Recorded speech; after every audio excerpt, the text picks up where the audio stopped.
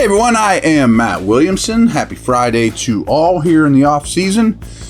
Still smoky in the Berg. I'm about to go mow the lawn after I hit the record button with you guys, and some kind of breathing going on out there. But guess it's getting better. Whatever. Not my here. What am I to complain? But best seat in the world. Anyway, enough of my rambling. Let's get talking Steelers. We touched on the Steelers' schedule from a unique perspective yesterday about ESPN's roster rankings. So who are the Steelers set to play? How does that affect where the Steelers are?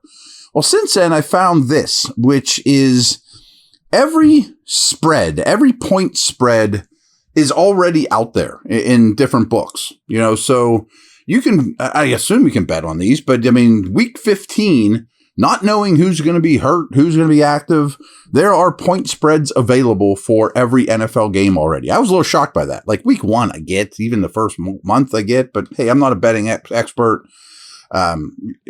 Who's betting on week 15 right now when the quarterback you bet on might be out? They might be on the fourth quarterback. Well, anyway, so let's go through the whole schedule. And then I did a little nuggets at the end as well. So opening day here in Pittsburgh, Niners come across country. Not even sure who San Francisco's quarterback is going to be. And I think they're a really good team, don't get me wrong. But home opener at Acrisure with questions at quarterback, the Steelers are 3-point dogs in that game. That shocked me a little bit. You know, like, I understand neutral field, San Francisco's the better football team. They are. But with their quarterback questions, I think getting the Niners early in the season is really beneficial. We'll see. I mean, it looks like Purdy's on track, but nobody says anything bad this time of year. It's all going to be good news. A little shocked that the Niners on the road in that environment are 3-point favorites. Then next week, the Brownies come to town for a Monday Night Football game, and the Steelers are slight favorites. 1 point. Yes, I'm a Steeler homer, but has no one recognized Mike Tomlin's Monday night record? Or, you know, I mean, only a 1-point favorite here, week 2 on Monday night, long week. Surprised me as well. Then they get, this one's the most baffling to me. Sorry, but I mean, I just don't get it. At Vegas the following week, a Sunday night game. So I guess there's a slight short week involved. The Steelers are dogs in Vegas. You know how many Steeler fans are going to be at that game? They're getting 1.5 in Vegas.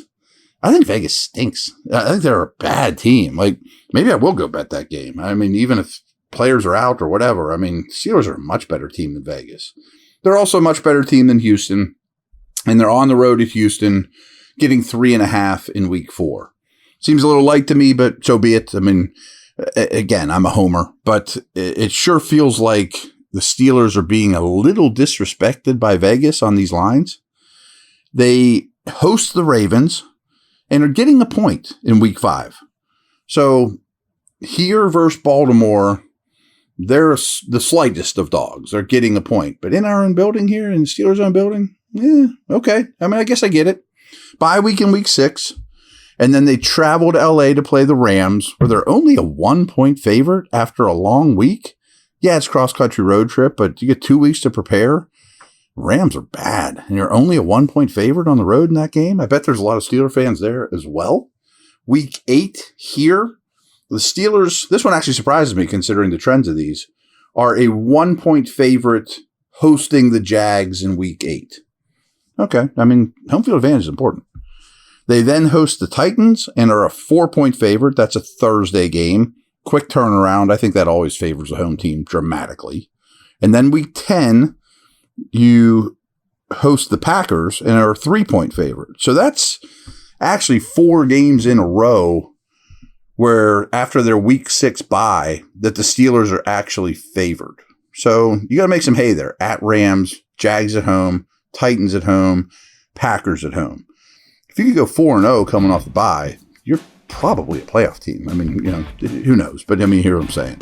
Let's take a quick break, and then we'll go weeks 11 through 18. And I have some observations, too, that I think are kind of interesting.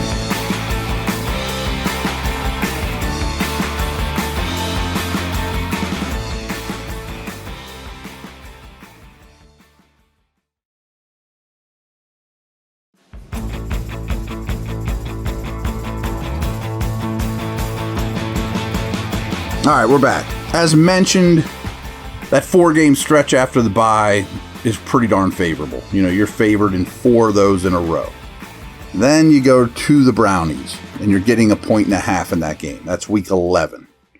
Then you go to Cincy, getting 4.5 on the road in week 12. Both those add up to me. Tough place to play, blah, blah, blah. Week 13 is home. I think this is the biggest spread it is. It's the biggest spread of any Steeler game, and it's in the Steelers' favor. This Pittsburgh is 6.5-point favorites over the Cardinals here in week 13. They then host the Patriots on, and again, short Thursday night, only a 1-point favorite in that game. At your own building on a short week, only being favored by 1 over what I think is at best an equal team in New England, probably a worse team, to be very honest. And then you go on the road to the Colts, where you're favored by 2.5 points. So again, there's a 3-game stretch there after Browns-Bengals where you're favored in 3 in a row. Okay. 2.5 favorite on the road in Indy doesn't sound like craziness to me. And then you cap it off with 3 games where you are dogs. So there's some stretches here. I wonder if the Steelers, when it's all said and done, and this, of course, won't hold up, I wonder if there's streaks. They had a streak there. They won 4 in a row, and then they lost 3 in a row, and then they won 3 in a row. Maybe the schedule is set up more like that than I originally noticed. But week 16, hosting the Bengals, dog in Pittsburgh by 2.5 points. I get that.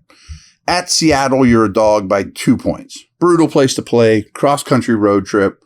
No matter what the state of those 2 teams are, 2 really accomplished coaches, that's not going to be an easy game. Week 17, late in the year, in their building. So yes, Seattle should be favored in that one. And then you finish off in Baltimore, getting 3.5 against the Birdies. I guess I get that. You know what I mean? In Baltimore, week 18 games. Who on earth is betting on week 18 games right now and might not even have playoff ramifications? But whatever. I don't know the betting community, as I mentioned. But here are some things I just dug up just looking at these spreads that I thought were fun. Overall, if you add up all the +3s, -2s, +1s, 17 games, basically their over-under point spread is -4, which means for the season, I guess the best way to put it is for the season, Vegas thinks the Steelers will outscore their opponents by 4 points. Maybe that's not the right way of phrasing it. You guys all bet. You understand how lines work. But the Steelers are favored by 4 more points than their dogs when you add up all the pluses and minus. Okay. At home, and remember they have an extra home game, they are -10. So they're favored by 10 more points than they're giving at home this year. On the road, that's the opposite, as you would imagine. They're getting, in terms of Vegas points, 6 more than they're giving. So again, they're going to be 6-point dogs in those 8 road games. They'll be 10-point favorites collectively in those 9 home games. I think I'm saying that correctly. I am. And then this I thought was the most interesting is the 6 AFC North games. They're only favored in 1 of them. It's that early Monday nighter against the Browns by 1 point. That's the only game that they're favored by in Vegas right now of the 6. 3 at home, 3 away. Very common opponent. I think Tomlin and company know the Ravens and Browns and Bengals pretty well. But you're only favored in 1 of them, and it's by 1 point. And collectively in those 6 games, you're 12-point dogs.